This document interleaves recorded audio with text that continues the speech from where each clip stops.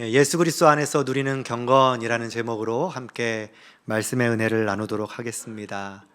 사람들은 누구나 성장을 하고 싶어 합니다. 능력주의가 발휘되는 사회 속에서 자신의 진가가 발휘되기를 원합니다.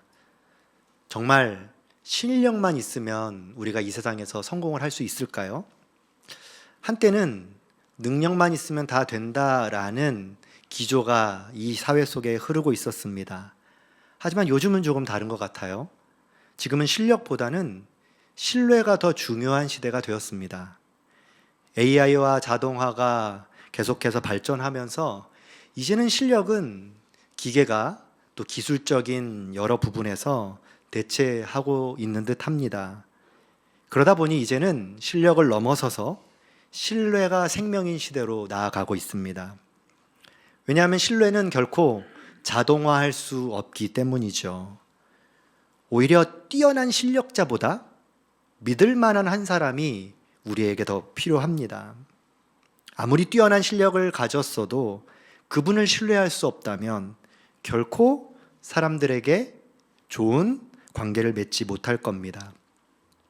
미국에 랜스 암스트롱이라는 한 선수가 있었습니다. 그는 미국 역사상 가장 위대한 사이클 선수였습니다. 그가 사람들에게 감동을 주었던 이유는 고환암 말기 판정을 받았는데 그것을 극복하고 위대한 선수가 되었기 때문입니다. 고환암에 있던 암세포가 폐와 뇌까지 전이된 상태였습니다. 그런데 기적적으로 살아남아서 회복이 되었습니다. 그리고 다시 사이클 선수로 복귀를 하게 되죠. 강한 정신력, 또 수많은 훈련과 노력을 통해서 암도 죽을 병도 극복할 수 있다는 강렬한 소망의 메시지를 주었기 때문에 많은 사람들로부터 존경을 받았습니다. 사이클에서 최고의 대회라고 부르는 그 대회가 프랑스에서 열립니다. 아마 다 이름 들어보셨을 겁니다. 뚜르 드 프랑스라는 그 가장 권위 있는 대회에서 무려 7회 연속이라는 우승을 차지하게 됩니다. 암을 극복한 불굴의 영웅이라는 찬사도 받게 되었습니다. 그런데요, 그 모든 영광이 순식간에 물거품이 됐습니다. 왜냐하면 그 모든 결과가 금지 약물을 복용해서 이뤄낸 것으로 밝혀졌기 때문입니다. 결국 도핑 스캔들로 인해서 그의 모든 영광은 무너졌습니다. 사람들로부터 완전히 신뢰를 잃어버린 것이죠. 신뢰가 얼마나 중요한가를 보여주는 대표적인 사례라고 할 수 있습니다. 우리는 여기서 그리스도인으로서 중요한 질문을 던져봐야 합니다. 그럼 사람 사이에서 신뢰받는 것만으로 우리의 삶은 충분한가? 라는 질문입니다. 우리는 사람들에게 참 많은 신뢰를 얻고자 합니다. 하지만 그리스도인들은 거기서 한 단계 더 넘어가야 하죠. 세상에서 신뢰받는 만큼 하나님께도 신뢰받는 사람이 되어야 한다는 것입니다. 우리는 이 질문에 대한 답을 성경에서 찾을 수 있습니다. 현대사회에서 신뢰가 중요하듯 성경에서도 하나님과 우리와의 관계를 설명할 때 믿음이라고 부르는 이 신뢰가 얼마나 중요한가를 확인할 수 있습니다. 그리고 그 믿음을 통한 하나님과의 신뢰의 관계를 오늘 우리는 경건의 삶을 통해서 함께 살펴보기를 원합니다. 특별히 고넬료를 통해서 경건의 삶이란, 아니 성경에서 말하는 진정한 경건의 삶이란 무엇인지, 그리고 어떻게 하나님과 그 경건의 삶을 이 세상 가운데에서 살아낼 수 있을지 함께 생각해 보기를 원합니다. 그러기 위해서는요, 성경이 말하는 경건이란 과연 무엇인가를 명확하게 이해할 필요가 있습니다. 사실 우리가 사는 시대에서 이 경건은 익숙하지 않은 단어입니다. 왜냐하면 경건이라는 말을 들으면 왠지 모르게 중압감을 느끼기 때문입니다. 좀 수도사 같은 사람, 좀 엄격하고 규율을 잘 따지는 사람, 그래서 좀 재미없고 따분한 인생처럼 느껴지기 때문이죠. 그래서 경건을 생각할 때 왠지 엄숙하고 무겁게 느껴집니다. 그래서 마치 자신의 행동을 절제하고 통제하는 것으로, 그래서 매우 엄격하고 제한사항이 많은 것으로 우리는 경건을 생각합니다. 뿐만 아니라 마치 무언가를 해야만 하는 종교적 의무로도 생각하고 있습니다. 그리고 경건은 어떤 특정한 장소에서 이루어지는 아주 신성한 행위라고도 생각합니다. 하지만 성경이 말하는 경건은 그런 것이 아닙니다. 이 경건이라는 말에는요, 이 선하다라는 말과 경배하다라는 말이 합쳐져 있는 단어입니다. 그러니까 우리나라 말로 좀 쉽게 재해석해 본다면 선하게 경배하고 예배한다라는 의미가 담겨져 있습니다. 그러니까 경건은요, 무엇인가 하지 못하게 절제하고 통제하는 그런 의미로 생각하고 있다면 완전히 잘못 생각하고 있는 겁니다. 오히려 경건은요, 선하고 옳은 방향으로 살아가는 것입니다. 뿐만 아니라 하나님을 예배하고 경배하는 삶이 경건입니다. 따분한 것이 아니라 흥분되고 기대가 되고 기쁨이 충만한 것이 바로 이 경건의 삶입니다. 이 자승자강이라는 말이 있습니다. 노자가 도덕경에서 한 말이에요. 노자가 살던 시대는 춘추 전국시대였습니다. 전쟁과 패권 다툼이 끊이지 않는 그런 현장에서 살았습니다. 당연히 강한 군사력, 강한 힘을 가진 사람이 곧 세상을 지배한다라는 그런 통념이 자리 잡고 있던 시대였습니다. 그런데 노자는 전혀 반대의 외침을 이야기합니다. 진정한 힘은 외부의 힘으로부터 오는 것이 아니라 자신의 내면에서부터 시작된다라고 설파했습니다. 세상의 학자들도 내면의 힘을 강조합니다. 주님을 믿는 그리스도인들은 어떠해야 할까요? 우리의 경건의 삶은 외부로부터 오는 것이 아닙니다. 우리 내면에서부터 시작합니다. 그런데 이것은 내가 스스로 통제하고 제어하는 내면의 힘으로 되는 것이 아닙니다. 주님이 주시는 힘으로 살아낼 수 있는 것입니다. 주님이 우리에게 임하시면 능력이 우리의 삶 가운데 나타나게 되는 것입니다. 바울은 이러한 삶을 주 안에서 기뻐하는 삶이라고 얘기했습니다. 그러니까 주님 자체가 우리에게 기쁨이 되고 주님과 함께하는 것만으로도 충분한 삶이 되는 것이죠. 주 안에서 즐거워하고 기뻐하는 사람은 세상이 도저히 감당해낼 수 없는 사람이 되는 겁니다. 왜냐하면 세상의 그 어떤 내면의 힘보다 주님이 주시는 경건의 능력이 가장 위대하기 때문인 것이죠. 그런데 우리는 자꾸만 어떻게 생각하죠? 경건을 만들어 가려고 합니다. 주님이 주시는 능력을 사모하기보다 자기 스스로 경건의 행동을 하려고 끊임없이 애쓰고 있습니다. 바울은 이렇게 우리에게 권면합니다. 디모데후서 3장 5절 말씀. 경건의 모양은 있으나 경건의 능력은 부인하는 자니 이 같은 자들에게서 내가 돌아서라. 경건의 모양에 힘쓰는 삶을 살지 말라고 권면합니다. 우리는 경건의 모양에 너무 집중하지 말아야 합니다. 내가 어떻게 경건한 삶을 살아갈 것인가, 사람들에게 어떻게 보일 것인가, 그것은 우리의 삶을 유익하게 만들지 않습니다. 오히려 우리는 주님이 주시는 경건의 능력에 사로잡혀 살아가는 사람이어야 합니다. 그리고 그것이 우리의 삶 속에서 나타나야 하는 것이죠. 경건의 능력에 사로잡힌 사람은요, 하나님을 예배하는 것을 즐거워합니다. 뿐만 아니라 하나님이 선하시기에 그 선하신 삶을 살아내는 것이 기쁩니다. 그리고 그것이 우리의 삶의 기준이 되죠. 예수님을 통하여 비로소 그 경건이 완성되는 것입니다. 우리는 그것을 고넬료를 통해서 확인할 수 있어요. 오늘 우리가 함께 읽은 본문 2절을 보면 고넬료를 이렇게 설명하고 있죠. 경건한 사람이다. 그러면서 그가 어떤 사람인지 1절에서 조금 더 부연해서 설명하고 있습니다. 1절 말씀 보면요, 가이사랴에 고넬료라는 사람이 있으니 이달리아 부대라는 군대의 백부장이다. 그리고 그는 경건한 사람이었다라고 얘기합니다. 먼저 고넬료를 통해서 하나님이 이루시고자 하시는 경건이 무엇인지를 이해하려면 그의 삶을 확인할 필요가 있습니다. 고넬료는 가이사랴에 살던 사람이었습니다. 가이사랴는 로마라는 그 나라가 유대 지역을 통치하기 위하여 전략적으로 유대 지역에 만든 도시입니다. 항구에 만들었습니다. 그래서 로마 군인들이 쉽게 왔다 갔다 할 수 있도록 만든 도시입니다.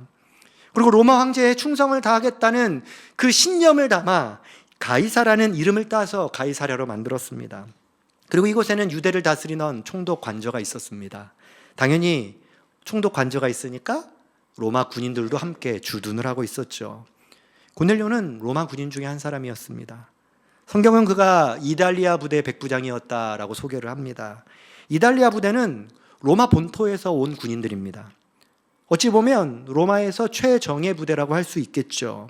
이스라엘에 파견된 겁니다. 그 중에서도 백부장은 100명을 통솔하는 지휘관입니다. 우리나라 지휘책으로 보면 한 중대장 정도 되는 것 같아요. 군단장, 사단장처럼 엄청 고위직은 아니지만 그럼에도 불구하고 사회적으로 100여 명의 군인을 이끌 정도로 상당히 영향력이 있는 인물이었던 것은 사실입니다. 하지만 그는 로마인이었고 이방인이었습니다. 그런데 성경은 놀랍게도 그 고넬료가 하나님을 알았고 경외하는 사람이었다라고 소개를 하고 있죠. 어떻게 이방인이었던 그가 하나님을 알게 되었을까? 어떻게 하나님을 경외하게 되었을까? 성경은 구체적으로 소개하고 있지는 않습니다. 하지만 당시 로마인들 사이에서 유대교를 흥미롭게 보고 있었습니다. 왜냐하면 로마인들은 다신 종교를 믿는 사람들이었거든요. 근데 유대인들은 신은 하나다라고 주장을 하는 겁니다. 흥미롭잖아요. 고넬료도 그 흥미에 이끌려서 유대인들을 통하여 유일신이었던 하나님에 대한 이야기를 듣게 된 것 같습니다. 자연스럽게 율법을 접했습니다. 그리고 하나님을 경외하기 시작했습니다. 그의 삶은 다른 이방인과 조금 독특합니다. 이웃을 보살피는 일에 전심이었어요. 자신이 가지고 있었던 물질들을 기꺼이 이웃들과 나누는 아주 훌륭한 사람이었습니다. 뿐만 아니라 유대인들이 하나님 앞에 진심으로 기도했던 것처럼 고넬료 또한 열심을 다해 기도하는 사람이었습니다. 얼마나 열심을 다해 기도했던지 하나님의 천사가 찾아왔을 때 이렇게 이야기하잖아요. 내 기도와 구제가 하나님 앞에 전달되었다 라고 말할 정도로 정말 신앙적으로는 열심을 내었던 사람입니다. 고넬료의 모습하고 여러분들의 모습을 한번 비교해 볼까요? 고넬료가 훨씬 대단한 인물처럼 보이죠. 오히려 우리가 고넬료보다 못한 모습들이 많습니다.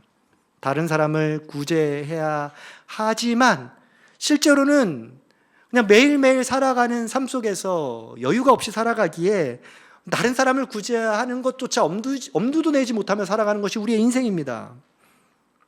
항상 기도하는 것은 고사하고 시간을 겨우 내어 기도하는 것도 쉽지 않은 게 우리의 모습입니다. 당연히 고넬료의 삶과 우리의 삶을 비교해 본다면 비교 불가죠. 오히려 고넬료의 모습을 보면서 괜히 부끄럽다라는 느낌을 받고 계시지는 않으십니까? 그럼에도 고넬료의 삶은 경건의 삶의 기준이 되지 못합니다. 그의 경건의 삶이 그를 참으로 구원할 수 있었을까요? 그렇지 않죠. 아직 예수님을 알지 못하잖아요. 어찌 보면 고넬료는 그냥 경건한 유대인에 불과합니다. 사실 지금도 고넬료와 같은 이 경건한 종교인들이 생각보다 많습니다. 다른 사람을 위해서 자신의 모든 것을 내어주면서 헌신하는 사람들이 얼마나 많은지 몰라요. 교회를 다니지 않는 사람 중에도 본받을 만한 사람, 칭찬받을 만한 사람이 우리 주변에 있습니다. 그러한 사람들의 경건의 모습이 본받을 만한 삶인가요? 우리는 그렇지 않죠. 그것으로 이루어질 수 없음을 우리는 알고 있습니다. 만약 고넬료가 본받을 만한 경건한 사람이었다면 그에게 베드로가 올 필요가 없었습니다. 그런데 하나님은 고넬료에게 베드로를 보내시죠. 사실 고넬료와 베드로는 일면식도 없는 사람이었습니다. 고넬료는 이방인이었고 베드로는 유대인이었기 때문입니다. 당시 사회 통념으로 이들은 서로 교제할 수 없는, 교류할 수 없는 그런 존재였죠. 그런데 하나님은 하나님의 사자를 통하여 그들을 만나게 하십니다. 그리고 베드로를 통해서 예수 그리스도가 어떤 분인지, 그분이 어떤 일을 행하셨는지, 그분을 믿을 때 어떤 삶의 변화가 있는지를 복음을 듣게 하십니다. 경건했던 고넬료였지만 예수님을 인격적으로 만나게 되었고 주님을 믿게 되었고 세례를 받게 되었습니다. 고넬료의 그 세상적 경건은 예수 그리스도를 알고 믿게 됨으로 온전한 경건이 되었던 것입니다. 우리의 경건의 완성은요, 예수 그리스도가 임할 때 완성됩니다. 주님이 함께하지 않는 경건은 온전한 삶이라 할 수 없습니다. 그래서 바울도 디모데전서 3장 16절 말씀에 주님을 통해 이루어지는 경건이 얼마나 위대하고 놀라운지 이렇게 고백합니다. 우리 3장 16절 말씀 우리 같이 읽어보겠습니다. 시작. 크도다 경건의 비밀이여 그렇지 않다 하느니 없도다. 그는 육신으로 나타난 바 되시고 영으로 의롭다 하심을 받으시고 천사들에게 보이시고 만국에서 전파되시고 세상에서 믿음 받으시고 영광 가운데서 올려지셨느니라. 아멘. 가장 크시고 놀라운 경건은 예수 그리스도를 통해 나타나게 된다라고 고백하고 있는 것입니다. 예수님을 통한 경건의 삶이 세상 가운데 진정한 능력이 되는 것입니다. 주님 안에서 살아내는 경건이 하나님께 영광이 되는 것이죠. 왜 주님을 통해서 경건의 삶이 완성이 될까요? 세상의 그 어떤 사람보다 완벽한 경건의 삶을, 탁월한 경건의 삶을 사신 분이 예수 그리스도시기 때문입니다. 주님의 경건은 그 누구보다도 선한 삶을 살아가는 데 집중되었습니다. 자신의 모든 삶을 들여 하나님을 예배하는 데 힘썼던 분이셨습니다. 예수님으로부터 시작된 그 경건의 능력은 제자들에게 임하였고 제자들을 변화시켰습니다. 뿐만 아니라 제자들을 변화시킨 그 경건의 능력은 베드로를 통하여 이방인이었던 고넬료에게까지 전해지게 되죠. 고넬료는 분명 세상적으로는 범접할 수 없는 경건한 사람이었습니다. 하지만 예수님을 만난 이후 진짜로 경건한 사람이 되었던 것입니다. 어찌 보면 고넬료는 이제 막 예수님을 믿게 된 사람에 불과합니다. 동탄 우리는 교회가 이제 개척한 지 2달이 되었습니다. 저도 새가족이고 여러분들 새가족입니다. 우리가 신앙생활 한 지 얼마 되지 않습니다. 그러나 경건의 삶에 있어서만큼은 먼저고 나중이고가 없어요. 그게 중요하지 않습니다. 경건의 삶은 레벨 테스트를 서로 하는 것이 아닙니다. 계급사회를 만드는 것도 아닙니다. 경건의 삶은 물들이는 것입니다. 영향력을 미치는 것입니다. 우리는 고넬료를 통해서 경건의 삶이 어떻게 주변 사람들에게로 확산되어 가는지를 우리는 확인할 수 있어요. 사도행전을 쓴 저자도 그 부분을 강조하고 있습니다. 하나님을 깊이 경험했던 고넬료, 그의 경건은 단지 자신에게만 머물러 있지 않았습니다. 2절을 보면 그가 경건해서 온 집안과 더불어 하나님을 경외했고 백성들을 구제했다라고 얘기합니다. 경건이 집안에 영향력을 미치고 있어요. 이웃에게도 파급력을 미치고 있습니다.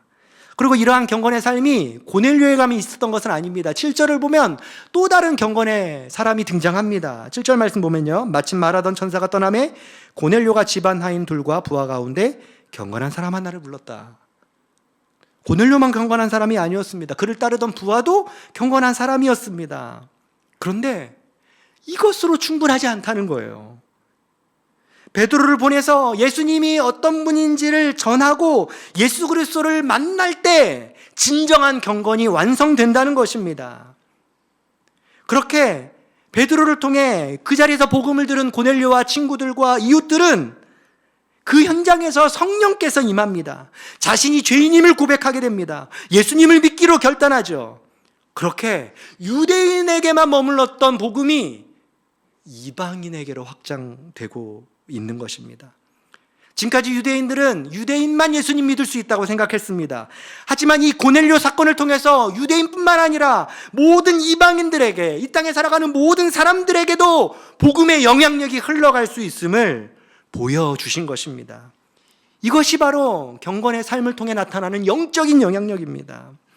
고넬료로 시작된 경건의 영향력은 그의 가족과 함께 일하는 직원들을 변화시켰습니다. 더 나아가 그들이 살고 있던 지역과 이웃들에게까지 영향력을 주었습니다. 이것이 바로 경건의 능력입니다. 성령께서 보여주시는 경건의 능력은요, 사람의 그 고정된 생각과 기준을 완전히 깨트려 버리시는 것이죠. 그리고 우리가 상상할 수 없을 정도로 더 놀랍게 일하시는 분이 바로 하나님이십니다. 예수님을 통해 완성된 그 경건의 삶은 나 하나만 사는데 급급하던 인생에서 우리 가정을 바꾸고 직장을 변화시키며 민족을 깨우는 데까지 나아가게 될 것을 믿습니다. 그리고 이러한 일들은 지금도 여전히 일어나고 있는 것이죠. 저는 이러한 경건의 삶의 영향력이 동탄 우리는 교회 성도들의 인생 가운데 일어나면 얼마나 좋을까 생각하며 기도하고 있습니다. 여러분들 소망하고 계시죠? 기대하고 계시죠? 저는 충분히 여러분들의 삶에 일어날 것을 확신합니다. 제가 확신하는 이유는 여러분들을 믿어서가 아닙니다. 하나님을 믿기 때문입니다. 그 일을 그 누구보다도 하나님이 가장 기뻐하시기 때문입니다. 우리 모두는 주님 안에서 경건한 공동체로 모였습니다. 그리고 충분히 여러분들의 삶에서 경건의 삶을 살아낼 수 있습니다. 여러분들의 상황과 환경은 분명 다릅니다. 하지만 지금 여러분들 마음속에 하나님이 주시는 그 선한 마음을 내 삶 속에서 나타내기를 사모하고 있다면, 뿐만 아니라 주님을 예배하기를 간절히 원하고 있다면 충분히 경건한 삶을 살아갈 수 있는 믿음의 동역자들입니다. 성령께서 우리와 함께하고 있습니다.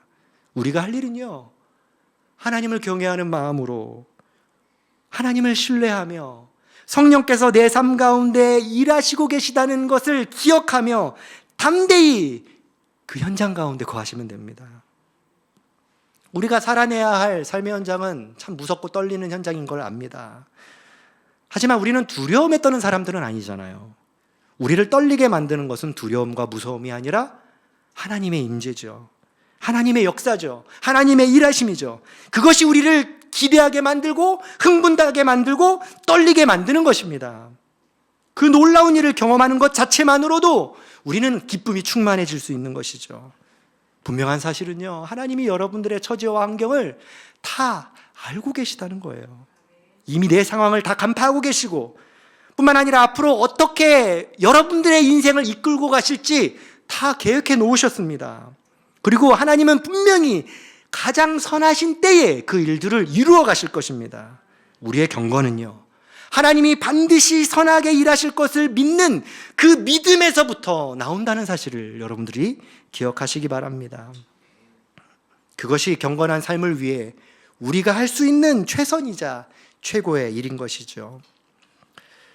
16세기 무렵 프랑스에 미군호 공동체가 있었습니다. 이들은 로마 카톨릭에 의해서 극심한 박해를 받고 있었습니다.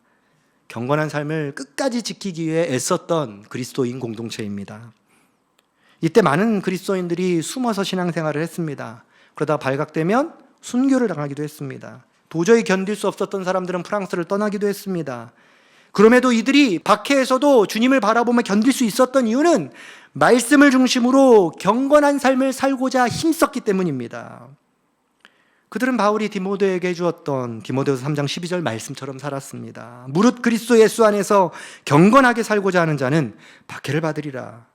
그리고 이들이 살았던 경건의 영적 운동을 뭐라고 불렀냐면 살아있는 순교라고 불렀습니다. 우리는 순교를 단순히 죽는 것으로 생각하죠. 하지만 이들은요, 끝까지 신앙을 지키며 살아있는 것이 순교다라고 주장했습니다. 그것이 바로 살아있는 순교입니다. 그렇게 박해 속에서도 경건하게 살아가는 것을 신앙의 가장 큰 승리로 여겼던 것입니다. 그런데 이러한 삶이 지금 우리에게 필요합니다. 우리는 일상에서 신앙을 지키며 살아가는 살아있는 순교자들입니다. 경건의 삶으로 살아가는 것으로 보여주어야 합니다. 때로는 세상에서 그렇게 살아갈 때 막 핀잔을 줄 수 있습니다. 왜 그렇게 어리석게 사냐고 조롱할 수 있습니다. 그런데 그것은 예수님이 십자가를 지셨을 때 받으셨던 조롱과 멸시와 동일한 것입니다. 하지만 주님은 그 조롱 속에서도 굳건히 십자가의 길을 걸어갈 수 있었던 것은 그것이 우리를 구원하는 유일한 길이신 것을 믿었기 때문입니다. 마찬가지로 우리가 주님을 바라보며 경건한 삶을 선택하며 살아가는 그 삶이 세상 속에서 여러 가지 삿대질을 받는다 할지라도 우리가 그렇게 살아갈 수 있는 이유는 그것이 세상을 변화시키는 유일한 소망이 되기 때문입니다. 그러기에 절대로 떠나지 마십시오. 포기하지 마십시오. 하나님이 일하시는 그 현장에 그대로 서 계십시오. 여러분이 그렇게 살기로 작정하고 계신 그곳에서 하나님은 경건의 삶을 이루실 것입니다. 우리 교회 공동체가 그런 삶 살기를 소망합니다. 이곳에서 우리를 만나게 하신 하나님의 특별한 계획과 목적이 있음을 믿고 우연한 만남은 없잖아요. 모든 만남 속에서 하나님의 일하심 반드시 있기에 그 일하심을 함께 경험하며 예수님과 함께 경건의 삶을 살아내는 동탄 우리는 교회 성도님들 되시기를 주님의 이름으로 소망합니다. 함께 기도하겠습니다. 하나님 아버지 감사합니다. 예수님 안에서 참된 기쁨을 주시고 주님이 살아내는 경건의 삶이 우리의 삶이 되게 하여 주시니 감사합니다. 경건의 삶을 도덕적 의무로 여기지 않게 하시고 주님 안에서 누리며 사는 경건의 능력이 되게 하여 주옵소서. 내가 살아가야 할 삶을 두려워하지 않게 하여 주시고 한결같이 나와 함께 일하고 계신 그 주님을 바라보며 하나님의 선하신 때가 반드시 있음을 기억하며 하나님 곁을 결코 떠나지 않고 끝까지 믿음을 지켜내는 거룩한 하나님의 자녀들 되게 하여 주옵소서. 예수님의 이름으로 기도합니다. 아멘.